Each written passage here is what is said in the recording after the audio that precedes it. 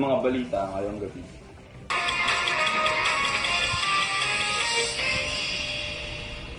Inaasikaso ng Bureau of Corrections ang pagpapalaya sa US Marine Lance Corporal na si Joseph Scott Pemberton matapos ang pagpataw ng absolute pardon ng Pangulong Rodrigo Duterte para sa naturang sundalo.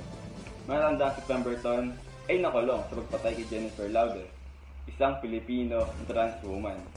Ang pangyari nito ay naganap noong ika-11 ng Oktubre taong 2014 sa Olongapo City.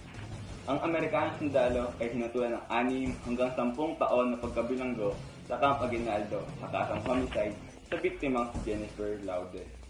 Muling nahalungkat ang issue sa biglaang pag-anunsyo ng pagpapawalang sala ng presidente sa nabanggit na sundalo makalipas ang pagkakulong ng 5 taon. Unang ibinilita ng isang korte sa Olongapo na ang batayan ng maagang paglaya ni Pemberton ay ang Good Conduct Time Allowance o GCTA. Ang GCTA ang nagpapaiksi sa sentensya ng mga bilanggo kaya ito nabuting asal sa loob ng kulungan.